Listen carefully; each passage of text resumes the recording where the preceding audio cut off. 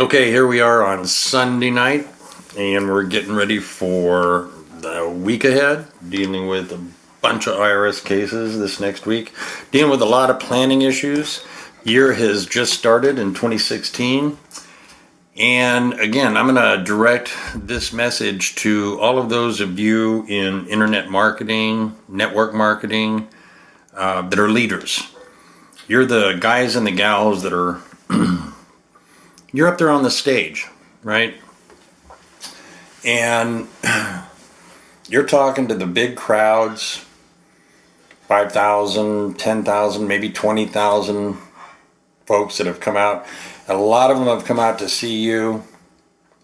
They want to, they want to grab the brass ring. They want part of the dream. They want to make happen for them what really has happened for you, what you've made happen for you. And I think, man, we just need so much more of that. And that part, I think, is to the nines. I think that is just outstanding that we can see more and more people getting involved. And the trend is that we're going to have even more people moving into doing their own gig, not the traditional 9-to-5er.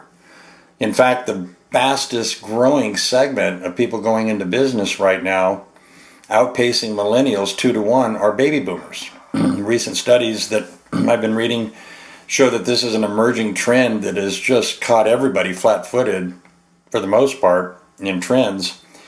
And baby boomers really are, I think, a huge advantage because they've got a lot of experience in life. They've got a lot of business experience. They know the ins and the outs. Their BS meter is probably pretty good. So they got a lot of things going for them. But again, back to my point in directing this rant to those of you that are on the stage selling the dream, I want you to keep doing that. I think it's like Gary Vee says, it's all about the hustle. I love that guy. He's right on point with that message. And you've got to hustle. But here's the thing.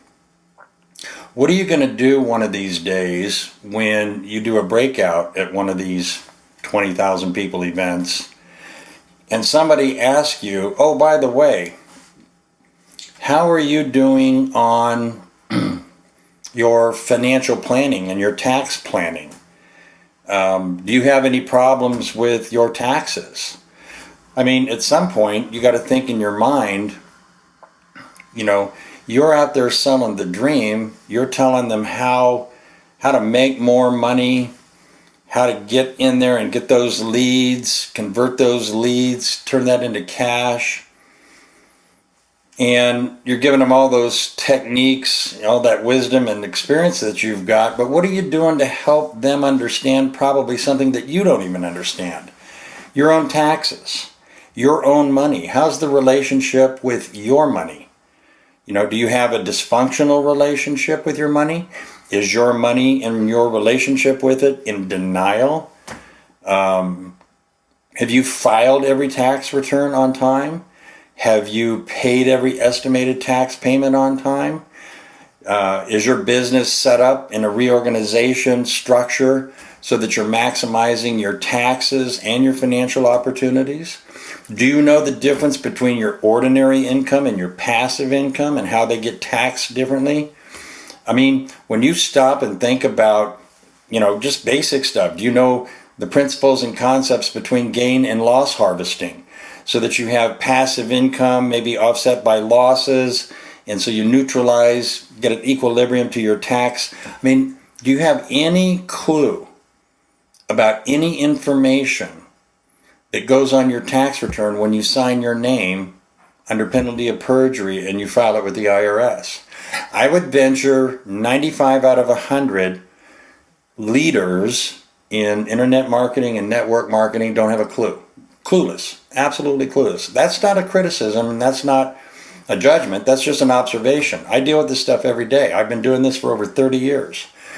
I've got some of the top money makers in real estate, network marketing, internet marketing, you name it, that I do a lot of tax work for. And they're working really hard to learn everything they can about their taxes. I mean, do you really know the difference between a profit and loss statement and your balance sheet, what the two are telling you, and how that goes into your tax return? And so I bring these points up because it's a little bit frustrating.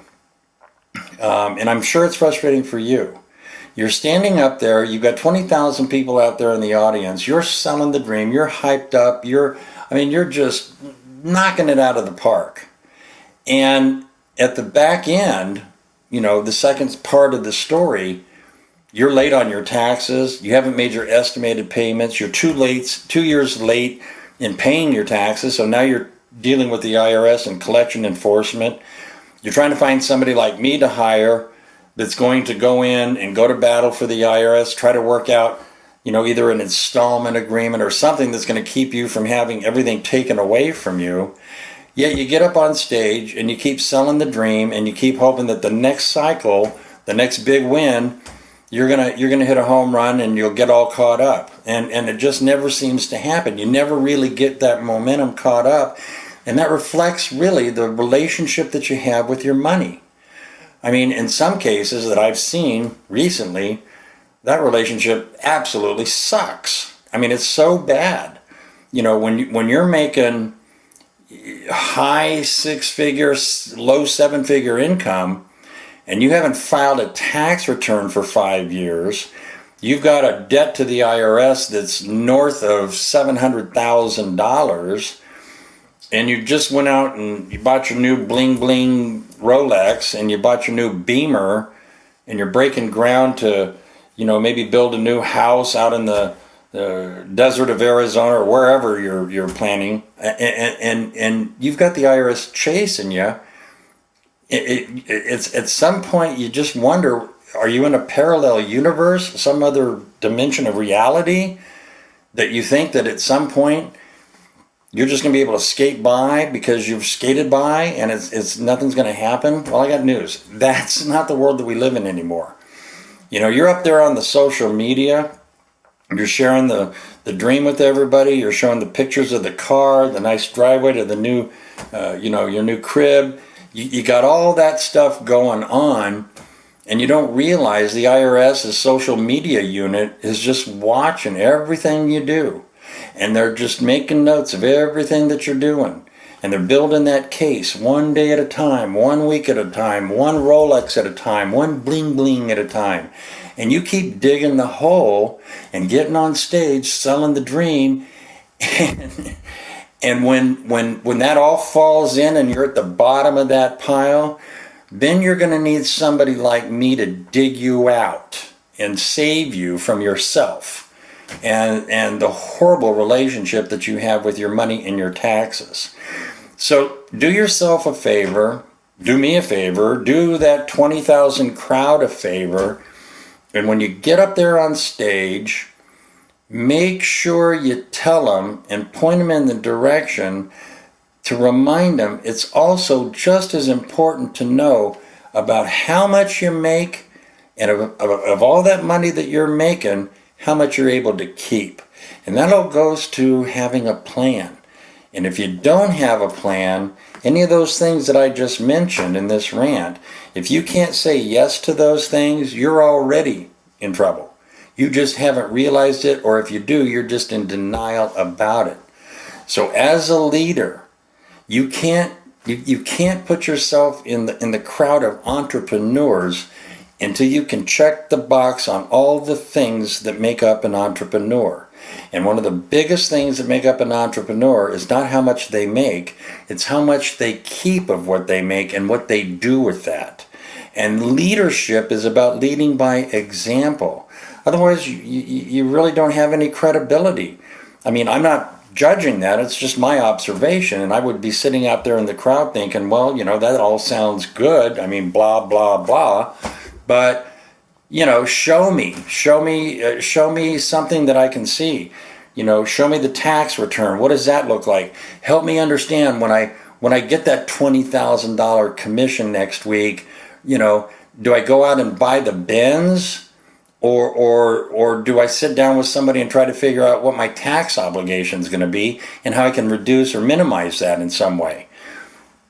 I think we do a great disservice selling the dream and then leaving people with the nightmare. I mean, really, you're leaving people with a nightmare because they're making the money. I mean, I had one last year. This guy, I mean, talk about pinheads. Already was upside down, hadn't filed taxes for 2 years, was upside down $300,000 with the IRS, got a big bonus. I won't mention what company, but first thing he does is he goes out and he buys a $90,000 Lamborghini or some damn thing. I mean, are you freaking kidding me? You've got to have marshmallow sauce for brains to have that kind of problem and have your head so far up your rear end that you can't even deal with reality that you owe the IRS $250,000 and you're going to go dump nearly $100K on a car so you can have the image. And that was his reason. I need the image. You know, hey, here's an image. You in some bars in front of your face. You know, it's called tax evasion. You haven't filed for 2 years. The IRS is already able to lock you down on that deal, and you just don't realize that. And you're out selling that dream.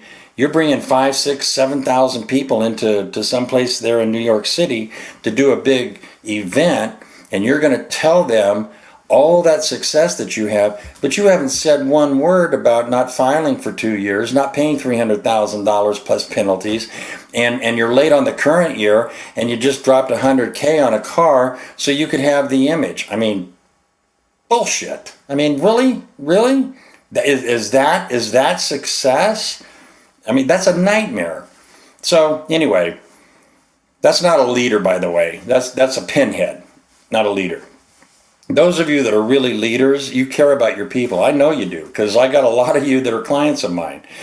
And I'm not talking to them, I'm talking to the others. Because I keep seeing these horror stories. I keep digging them out of their own nightmare and pulling them out of the rubble. And nobody told them that when they made this money, that their life would change in other ways other than the bling bling. I mean, Jesus Christ. I mean, it's God. I mean, we have such a lack of literacy about money and tax. So do yourself a favor, get yourself squared away, make sure you're authentic, make sure you're real. You know, no bullshit. I mean, really, no bullshit. Live and walk the example. That's a true leader. Get it cleaned up if you don't have it cleaned up. And then point your folks when you're recruiting them and you're sharing your dream and your story with them. I don't care what I don't care if you're selling vacations or ankle juice or whatever the hell it is that you're selling.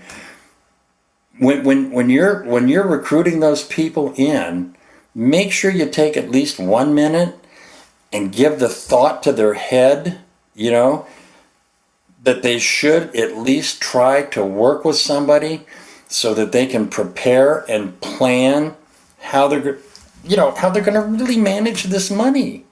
I mean, some of these people have never seen this kind of money, and it comes in and it's gone.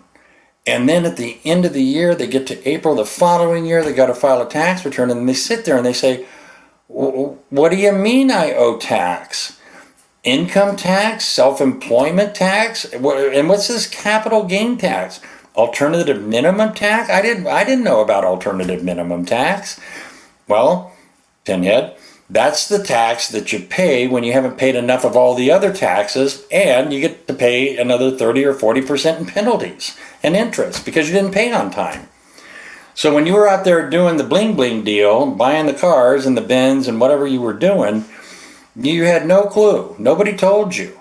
And that was your leader that probably should have at least whispered in your ear, hey, before you cash that $50,000 commission check, you might want to go talk to somebody and figure out a plan, because you got a partner in your deal. Your gig and you have a partner.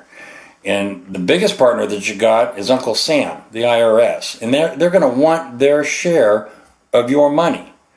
And if you're in a state like the Socialist Republic of California out here in beautiful Hollywood or San Diego where we're at, you got another partner. You got that pinhead Jerry Brown, governor.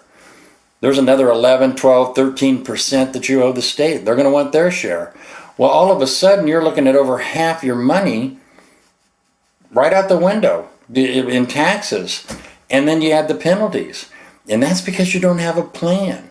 So if you're a leader, and I believe you are, because you're listening to this, then take a minute and really get your head out of the cloud, stand up, suit up, show up at the next event, and really do yourself and everybody out in that audience a real favor. Let them know that the second part of success is not how much you make, but how much you keep. And you better have a frickin' plan to do that. All right, that's all I got for this Sunday. Let's roll.